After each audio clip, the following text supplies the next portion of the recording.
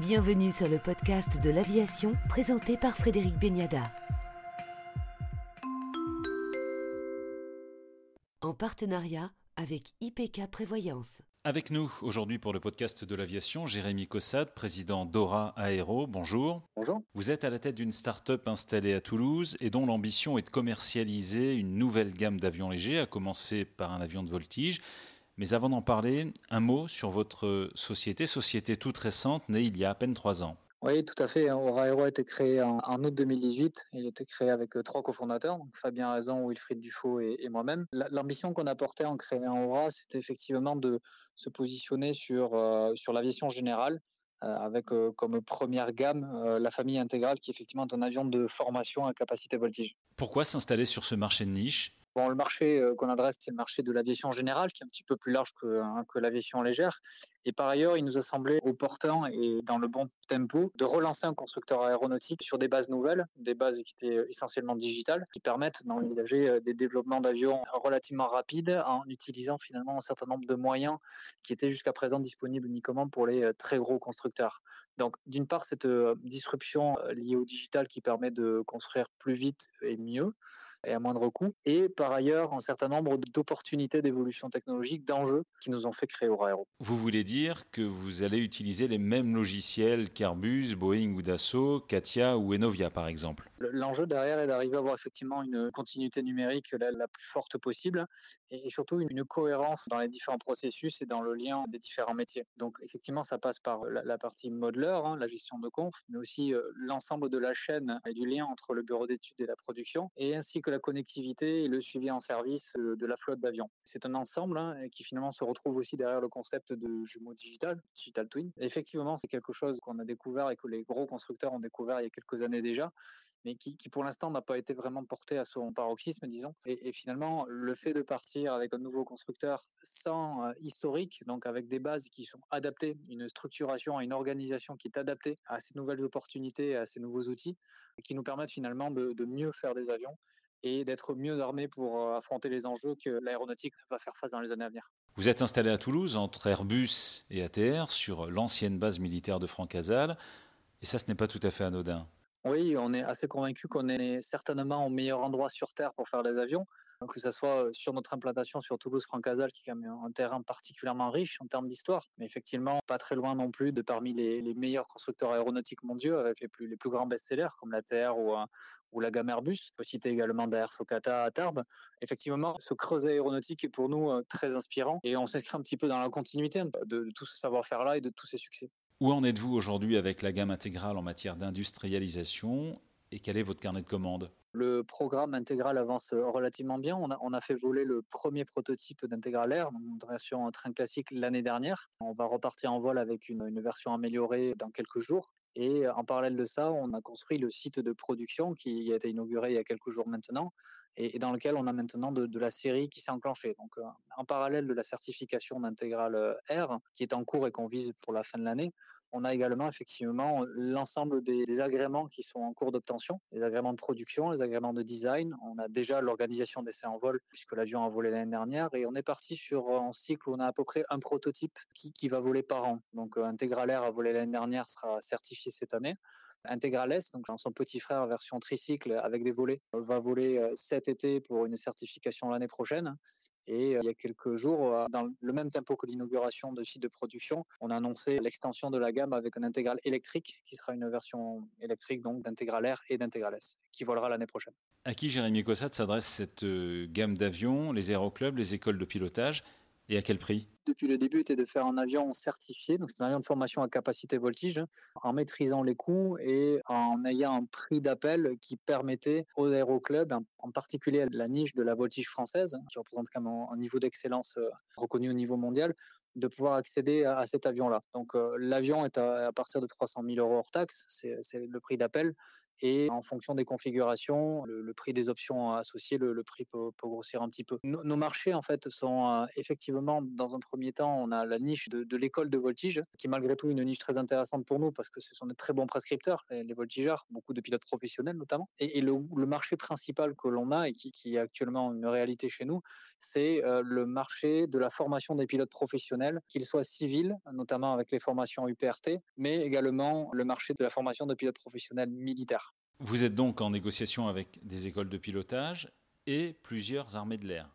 Oui, tout à fait. L'avion est un avion moderne, le seul avion qui sera certifié avec un parachute de cellule, avec un niveau de sécurité qui est un niveau de sécurité moderne, avec une certification moderne. Et donc, c'est des prises en compte des contraintes des pilotes modernes, qui sont plus grands et plus costauds dans certains cas que nos aînés. Et par ailleurs, une capacité à pouvoir prendre du facteur de charge, à pouvoir mettre les élèves pilotes militaires dans des situations opérationnelles de sélection et de formation.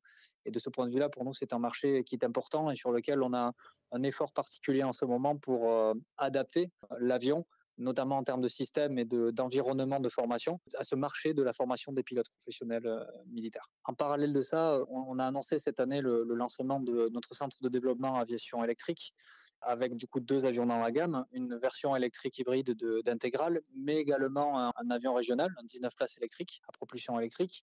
Et finalement, la projection de société qu'on peut percevoir, elle s'inspire un petit peu de nos modèles. C'est une intégration verticale dont on peut s'inspirer vis-à-vis d'Assaut, par exemple, avec une taille de société qui serait plutôt aux alentours des Pilatus. Donc, c'est uniquement des exemples. On n'a pas la prétention de se comparer à eux.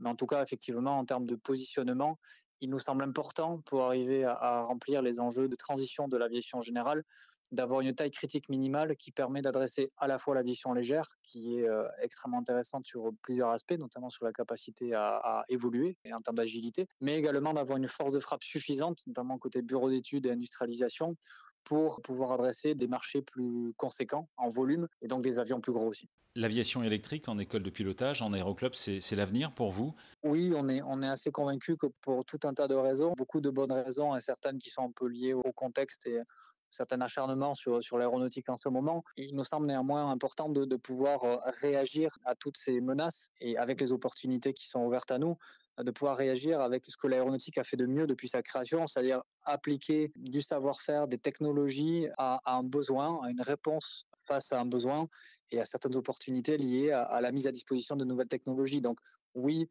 je suis convaincu que l'aviation électrique est l'avenir de l'aviation légère et de l'aviation régionale vraisemblablement aussi. Maintenant, la question est de comment on peut structurer ce constructeur aéronautique et aura pour être capable de pouvoir répondre de la meilleure des façons aux challenges qui sont les nôtres. On sait, Jérémy Cossade, que l'autonomie des rares avions électriques actuellement sur le marché est limitée. Est-ce que vous pouvez aller plus loin ? Disons qu'on ne peut pas aller beaucoup plus loin que la technologie. En revanche, il y a une chose qui est sûre, et c'est sur ce secteur qu'on se positionne, il y a un vrai travail à faire pour industrialiser des technologies de rupture. L'électricité est une technologie de rupture et le travail d'industrialisation est un travail au long cours qui est exigeant, mais qui permet, avec une certaine chimie de cellules, si on parle des batteries, d'arriver à en tirer le meilleur pour pouvoir mener à bien la mission. On n'a pas la prétention d'avoir des batteries révolutionnaires qui seraient 3 fois plus denses en termes d'énergie que les autres.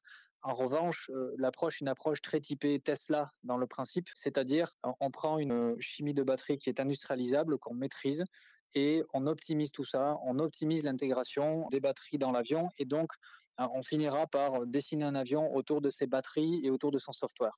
La certification, elle interviendra quand ? Alors la certification, on travaille actuellement sur la certification d'Integral R thermique et l'année prochaine pour Integral S, donc le tricycle. En ce qui concerne la gamme électrique d'Integral, on vise un premier vol l'année prochaine pour une certification vraisemblablement fin 2023. Alors le timing n'est pas si agressif que ça, mais il nous paraît très important sur la partie électrique d'être capable de proposer sur le marché, dès les premiers avions livrés, des avions avec une très forte maturité opérationnelle, parce que d'une certaine façon, on n'a pas droit à l'erreur.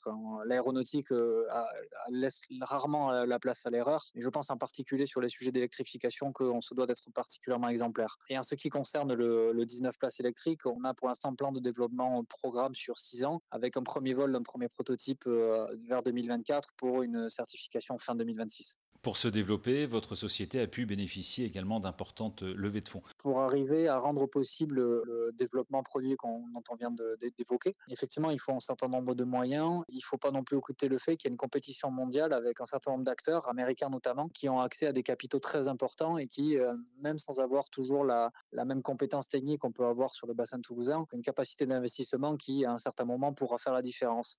En conséquence de quoi, il nous a été vraiment apparu important que pour Integral, On l'a fait de façon très frugale avec assez peu d'argent, avec un timing qui restait malgré tout agressif parce qu'il fallait démontrer. Et on est toujours dans cette phase où on doit démontrer qu'on est crédible, ou que quand on fait voler un prototype, on est capable de l'amener à un niveau de certification où on peut livrer des clients, on a des clients et on soutient nos clients le long de la vie des avions. Mais par ailleurs, ce deuxième étage à la fusée qu'on rajoute cette année avec le centre de développement aviation électrique nécessite également beaucoup de fonds.